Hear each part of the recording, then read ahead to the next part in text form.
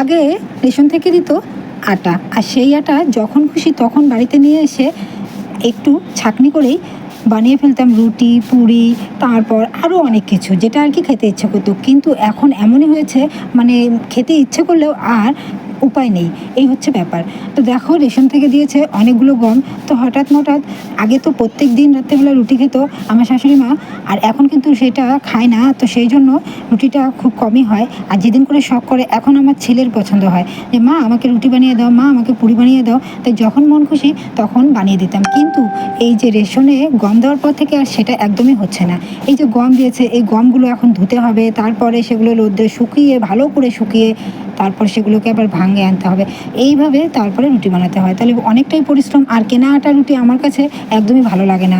মানে রুটিটা যখন হয়ে যায়, ঠান্ডা হয়ে যায়, তখন কিন্তু কেমন শক্ত হয়ে যায়, সেই জন্য একদমই ভালো লাগে না। যতই তুমি গরম জল দিয়ে বানাও আর যাই করো, ভালো লাগে না আমার কাছে। এই দেশি গমের রুটির মতো কোনো রুটি টেস্ট লাগে না। তো যাই হোক, এই যে দেখো, সেই জন্য আজকে কতদিন হলো তোমাদেরকে এর আগে অনেক আগে ভিডিওতে দেখিয়েছি, গমগুলো আমি ধুয়ে দিয়েছি। তারপরে নেমে গেছিলো এমন বর্ষা, আমি তো ভেবেছিলাম গমগুলো বুঝি শুকোবোই না। তো তবুও যেমন করেই হোক, এই ফ্যানে হোক, এখানে ওখানে রোদ্রে মেলে দিয়ে দিয়ে দিয়ে দিয়ে আজকে 20-25 দিনে আমি এই গমগুলো শুকিয়েছি।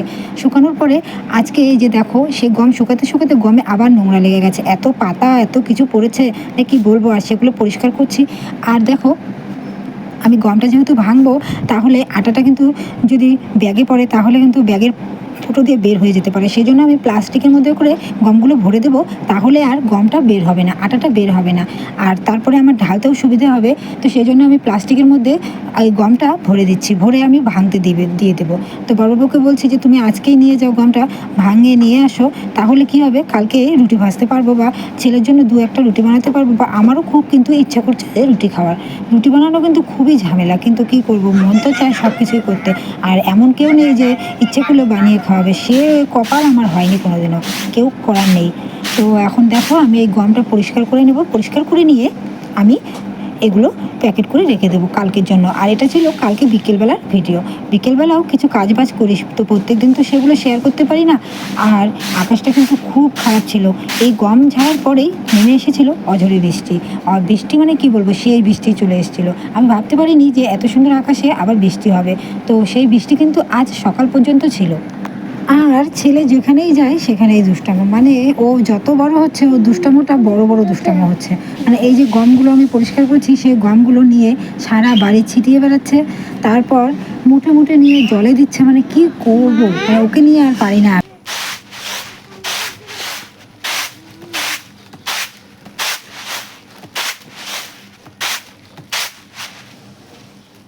বিকেলবেলা যেতে চেয়েছিল মা, একটু ঘুরতে যাবো, কিন্তু আমি ওকে নিয়ে যাইনি। তার কারণ আকাশটাও খারাপ, আর গমগুলো আমি পরিষ্কার করছি, তার জন্য ওকে আজকে নিয়ে যাইনি ঘুরতে। তো ও ভীষণই বায়না করছিল। এই গম ঝাড়া হতে না হতে, আমার উঠতে না উঠতেই কিন্তু বৃষ্টি চলে এসছে। আর প্রত্যেক দিনই একটা নেশা হয়ে গেছে, বিকেলবেলা ঘুরতে যাওয়া এটা মনে হয় একটা নেশার মতো। তো যাই হোক, আমারও ভালো লাগে। সারাদিন তো ঘরের মধ্যে থাকি, সারাদিন তো ঘরের কাজবাজ করি, তো একটু তো নিজের জন্য সময় বের করতে হয়, তাই না কি বন্ধুরা? তো সেই জন্য একটু নিজের জন্য সময় বের করে ছেলেকে নিয়ে ঘুরতে যাই। ছেলেরও ঘোরা হয়, আমারও ঘোরা হয়। তারপর যাই হোক, মা ছেলে মিলে মানে দুষ্টামো করেই হোক, যেভাবেই হোক, ওকে সামলে আমি গমটা কিন্তু ঝেড়েই নিলাম। আর ও বড় হচ্ছে বেশি, দুষ্টামোটাও বেশি হচ্ছে। তো গমটা ঝাড়ার পরে আমি চলে যাব অন্য কাজে, আর উঠোনটা এখন ঝাড় দিয়ে নেব। বিকেলবেলা বাড়িঘর যদি নোংরা থাকে একদমই ভালো লাগে না, এর মধ্যে যদি কোনো লোক আসে। আর একটা ব্যাপার কি জানো বন্ধুরা, যেদিনই দেখবে বাড়িঘর তোমার নোংরা, সেদিনই কোনো লোক ঘুরতে চলে আসবে, এই হচ্ছে ব্যাপার। প্রত্যেক দিনই তো ঝাড়ু করি, কিন্তু কোনো না দিন মনে হয় যে না আজকে করবো না। আর বিকেলবেলা প্রচণ্ড হাওয়া উঠেছিল, একবার ঝাড়ু করেছি, তার আরেকবার ঝাড়ু দিতে ইচ্ছে করছিল না, কিন্তু লোক এসে হাজির। তো সেই জন্য ভাবলাম যে আরেকবার ঝাড়ুটা দিয়েই নেই। আর ঝাড়ু দেওয়ার সঙ্গেই বৃষ্টি চলে আসবে, উঠোনে আবার যেই পাতা সেই পাতাই হয়ে থাকবে। তো এখন তাড়াতাড়ি করে ঝাড়ুটা সেরে নিই। আর আজকে কিন্তু বড়বাবু দুপুরবেলা ডিউটি থেকে চলে এসেছিল, তো সেই জন্য ও বসে পড়েছে মেশিনে। যেটা আওয়াজ পাচ্ছ সেটা কিন্তু মেশিনের আওয়াজ, ও ববিনে সুতো ঢুকাচ্ছে, তার জন্য ওরকম আওয়াজ করছে।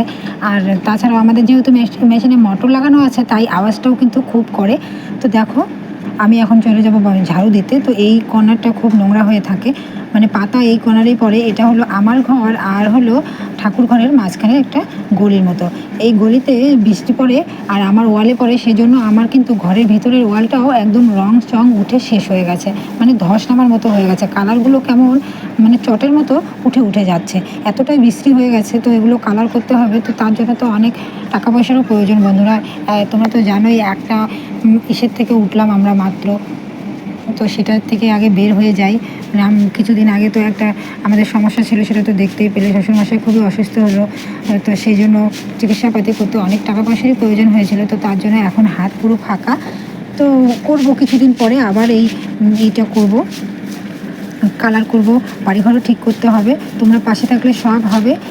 আমিও চাই একটু আমার বরকে হেল্প করতে।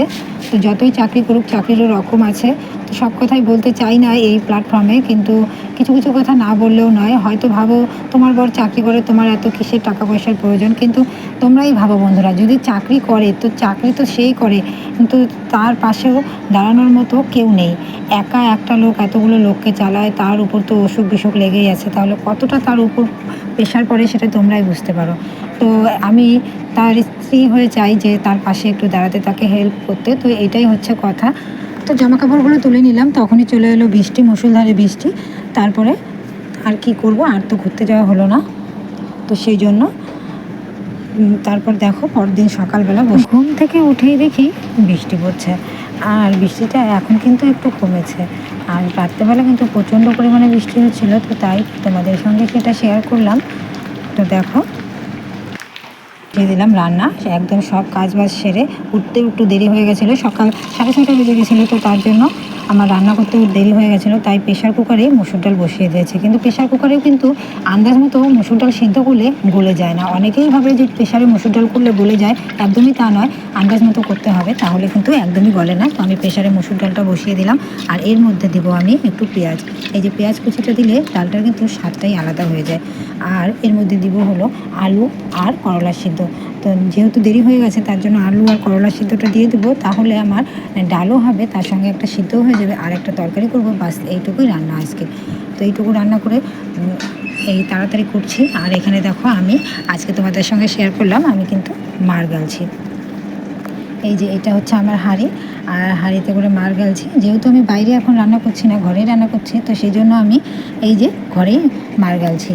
ভাতের ফ্যানটা ফেলে আমি কিন্তু হাঁড়িটা উপরে তুলে নিলাম, না হলে কিন্তু আমার উপরে যদি আমি ভাতের ফ্যানটা ফেলি তাহলে খুবই অসুবিধা হয়, কোথায় গামলা রাখবো, কোথায় কী করব, খুবই অসুবিধা হয়। সেই জন্য নিচে গাললেই আমার খুব সুবিধা হয়, সেই জন্য নিচে বসে মারটা গেলে নিলাম। তারপরে এখন চলে গেলাম, এই যে দেখো আলু আর হলো করলা সিদ্ধ দিয়েছি। কিন্তু মসুর ডালটা যেহেতু খুব তাড়াতাড়ি হয়, আর আমাকে কিন্তু সিটিটা ঠান্ডা করে নিতে হয়। যদি আমি রেখে দিই যে সিটি ঠান্ডা হবে তারপর খুলবো, তাহলে কিন্তু ডাল গলে যাবে। তো সেই জন্য সিটিটা আমি ঠান্ডা করে খুলেছি, তো আলুটা আর একটু সিদ্ধ। তো আজকে আমি কী কী রান্না করেছি সেটা তোমাদের সঙ্গে শেয়ার করলাম না। তারপর চলে এলাম খাওয়া দাওয়া সেরে, সব কাজকর্ম সেরে নিজের ঘরে। এখন তো সব কাজকর্ম যখন শেষ হয়েছে, এখন তো নিজের ঘরটাও তো একটু সাজাতে হবে, তো সেই জন্য চলে এলাম ঘরে। আর এখন এসেই আমি কিন্তু বিছানাটা ঠিক করতে বসে পড়লাম। অন্যদিন খুব হাঁপিয়ে যাই, তো তার জন্য আগে এসে একটু বসি, তারপর কিন্তু ঘরের কাজ শুরু করি। কিন্তু আজকে যেহেতু একদম সিম্পল রান্না ছিল, তো তার জন্য একদমই হাঁপিয়ে যায়নি। আমি এসে বিছানাটা গোছাতে শুরু করে দিলাম। আর বিছানাটা কেমন হয়ে গেছে, আর তোমাদেরকে বললাম না আমার ঘরের ওয়ালটার কি দুর্দশা। এই যে দেখো এই ওয়ালটা এতটাই দুর্দশা হয়ে আছে, দেখো সব কালারগুলো কিন্তু উঠে গেছে, আর বিশ্রী লাগে দেখতে, আর ক্যামেরায় তো খুবই বিশ্রী লাগে। আর দেখো আমার কিন্তু ঘরের কারেন্টের কাজও কমপ্লিট হয়নি। দেখো তারগুলো কীভাবে ঝুলে ঝুলে আছে। তো সব কিছু করার জন্য অনেকটা সময় আর অনেকটা টাকা পয়সারও প্রয়োজন। বন্ধুরা তোমরা পাশে থেকো, নিশ্চয়ই সব আশা পূরণ করতে পারবো। এইভাবে যদি তোমরা পাশে দেখো, আমাকে এগিয়ে যেতে সাহায্য করো। আর যদি আমার ভিডিও ভালো লাগে অবশ্যই লাইক, সাবস্ক্রাইব আর একটু কমেন্ট করে যেও, তাহলে আমি আরও নতুন নতুন ভিডিও বানানোর উৎসাহ পাবো। তো দেখো কথা বলতে বলতে আমার কিন্তু বিছানাটা একদম কমপ্লিট হয়ে গেছে, আর গুছিয়ে রাখলে দেখতে কিন্তু খুবই সুন্দর লাগে। আর এই যে বললাম না, আমার ছেলের কিন্তু কয়দিন ধরে খুব মানে কি বলবো, একটার পর একটা লেগেই আছে বাবদ। কিছুদিন আগে পায়ে একটা ফোড়ার মতো হয়েছিল, তো সেটা থেকে পুজ করছিল, সেটা ভালো হয়ে গেল। এখন হয়েছে চোখটাতে যে কী হয়েছে, চোখটা ফুলে আছে। তারপর কালকের থেকে আবার জ্বর, মানে একটার পর একটা লেগেই আছে। তো সেই জন্য ছেলেকে দুদিন থেকে স্কুলে পাঠাচ্ছি না, তার কারণ বাচ্চারা মিলে তো আর বুঝবে না যে ও শরীর খারাপ, ওর জ্বর আছে, ধাক্কাধাক্কি করবে। আর এও তো বাচ্চা পেলে বুঝবে না যে আমার শরীর খারাপ, তো ধাক্কাধাক্কি করবে, যদি কোথাও পড়ে গিয়ে অজ্ঞান হয়ে যায়। তো সেই জন্য নিজের সাবধান নিজে হওয়াই ভালো। সেই জন্য আমি ওকে স্কুলে পাঠাচ্ছি না 2 দিন থেকে। আর স্কুলে না পাঠালে তো দুষ্টামিটাও দিন দিন বেড়েই যায়। শরীর খারাপটা তো কী হয়েছে, মা তো আছে, তার জন্য আমার দুষ্টামি তো আমাকে করতেই হবে। এই যে দেখো বলছি চোখে ওষুধ দিয়ে দিই, কিছুতেই চোখে ওষুধ দেবে না, মানে মারামারি দৌড়োদৌড়ি করে চোখে ওষুধ দিতে হয়। আর তখনই চলে এসছে পাশের বাড়ি কাকিমা, তো কাকিমাকে বসিয়ে রেখেই আমি কিন্তু ছেলেকে ওষুধ দিয়ে দিচ্ছি। তো যুদ্ধ জয় করে ওকে ওষুধ দিয়ে তারপরে কিন্তু আমি এখন চলে যাব ওকে স্নান করাতে। তো স্নানটা হয়ে গেলেই একটু রেস্ট, তারপর ছেলেকে নিয়ে একটু বসবো। আর আমার ভিডিওটা কেমন লাগলো সবাই কমেন্ট করে জানাবে। আর আজকের ভিডিওটা এই পর্যন্তই বন্ধুরা, সবাই ভালো থেকো, সুস্থ থেকো। আর এখন কিন্তু আমি ছেলের জন্য জল গরম দেবো, ছেলে প্লাস আমার শাশুড়ি মা দুজনের জন্য জল গরম দিয়ে ওদেরকে স্নান টান করানো হয়ে গেলে, আমার শাশুড়ি মা তো নিজেই স্নান করে, আর আমার ছেলেকে স্নান করানো হয়ে গেলে ওকে নিয়ে একটু শোবো। তো আজকের ভিডিওটা এই পর্যন্তই বন্ধুরা। আর বৃষ্টি হয়ে এই কিন্তু সিঁড়িটাও একদম শ্যাওলা পড়ে গেছে। এই যে দেখো 2 বালতি জল, 2 বালতি দুইজনের জন্য। তো আমি জলটা বসিয়ে দিই, তারপরে নিয়ে যাব স্নান করাতে।